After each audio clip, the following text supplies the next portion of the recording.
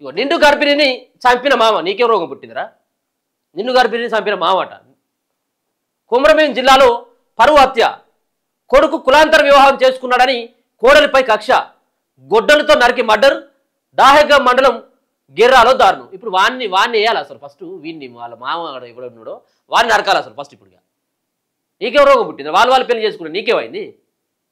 సరే చంపిండు వాడు అంటే వాడు మొగడు చంపిండు అంటే సరే, అది రెండు రకాల అర్థాలు ఉంటాయి. కానీ కులాంతర వివాహం కులాలు ఎక్కడికి రాయన ఇయ్యాల. సరే ఒకసారి చూద్దాం ఈ వార్త ఏందో. కొమరంభీం ఆసిఫాబాద్ జిల్లాలో పరువు హత్య కలకలం రేపింది. నిండు గర్భిణి అయిన కోడలిని ఆమె మామే గొడ్డలతో నరికి హత్య చేసిండు. దాహెగా మండలం గెర్రే గ్రామానికి చెందిన శివార్ల సత్యమ్మ దంపతుల రెండో కొడుకు శేఖర్ ఇంటర్ పూర్తి చేసి ట్రాలీ వెహికల్ నడుపుతూ జీవనం కొనసాగిస్తున్నాడు. అతని ఇంటి ఎదురుగా ఉండే తలండి లక్ష్మణ్, అనసూయ దంపతుల కూతురు శ్రావణి 21 సంవత్సరాలు ఉన్నాయట. ఆమె తోటి ఈయన ప్రేమలో పడ్డాడట. వీరి ప్రేమను శేఖర్ ఇంట్లో వాళ్ళు ఒప్పుకోకపోవడంతో నిరుడు అక్టోబర్ 9న బెల్లంపల్లిలోని శివాలయంలో పెళ్లి చేసుకున్నారు. తర్వాత గ్రామానికి వచ్చి శ్రావణి వాళ్ళ ఇంట్లోనే ఉంటున్నారు. ఇరు కుటుంబాల సభ్యులవి ఎదురెదురు ఇండ్లు కావడంతో శేఖర్ శ్రావణి కనిపించిన ప్రతిసారి సత్తయ్య వారిని తిట్టేవారు. తక్కువ కులానికి చెందిన శ్రావణి తన కొడుకు శేఖర్ను పెళ్లి చేసుకున్నదని, తన పరువు పోయిందని తీవ్ర ద్వేషం పెంచుకున్నాడు. ఇంట్లో ఎవరు లేని సమయం చూసుకొని శ్రావణి 9 నెలల గర్భిణి కావడం, శుక్రవారం నొప్పులు రావడంతో ఆమె కుటుంబ సభ్యులు హాస్పిటల్కి తీసుకెళ్లారు. పరీక్షించిన డాక్టర్లు డెలివరీకి ఇంకా టైం ఉందని చెప్పడంతో ఇంటికి వచ్చేశారు. ఇదంతా గమనించిన సత్తయ్య కోడలు శ్రావణిని ఎలాగైనా హత్య చేయాలని నిర్ణయించుకున్నాడు. ఈ క్రమంలోనే శనివారం ఉదయం శేఖర్ అతని అత్తమామలు అనసూయ, లక్ష్మణ్ కట్టెల కోసం గ్రామ శివార్లోకి వెళ్ళిళ్ళు.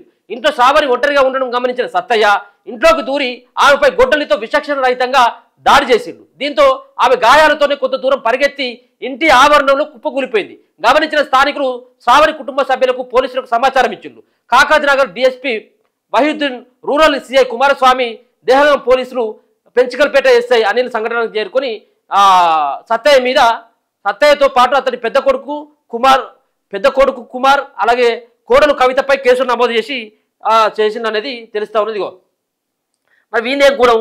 ఇప్పుడు ఏం కులం రా ఆయన? నీ కులం ఏమన్నా బో పెడుతుందా, లేకపోతే నీకు ఏమన్నా అది చేస్తుందా? నీకు కులాలు ఎక్కడి? ఈ కులాల కుంపట్లో ఇప్పుడు వాళ్ళు ఇష్టపడ్డారు.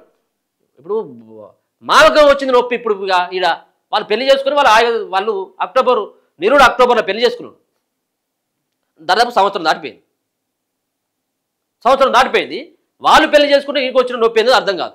ఇప్పుడు అదే గొడ్డలు అనుకోని ఇట్లు మర్రేసి ఇప్పుడు మళ్ళీ ఆ ముసలిని కొట్టాలి కదా. వాడిని ఆ ముసలిని ఈ సత్తయ్యాలంటుంది చంపితే వచ్చారు. నిన్ను గర్భిణి ప్రెగ్నెన్సీతో ఉన్నటువంటి ఆమెను కనీసం కనికరం లేకుండా వాడు అంత దాడి చేసి చంపేసాడు. ఎంత దుర్మార్గం! ఎక్కడికి పోతుంది లోకం అంతా?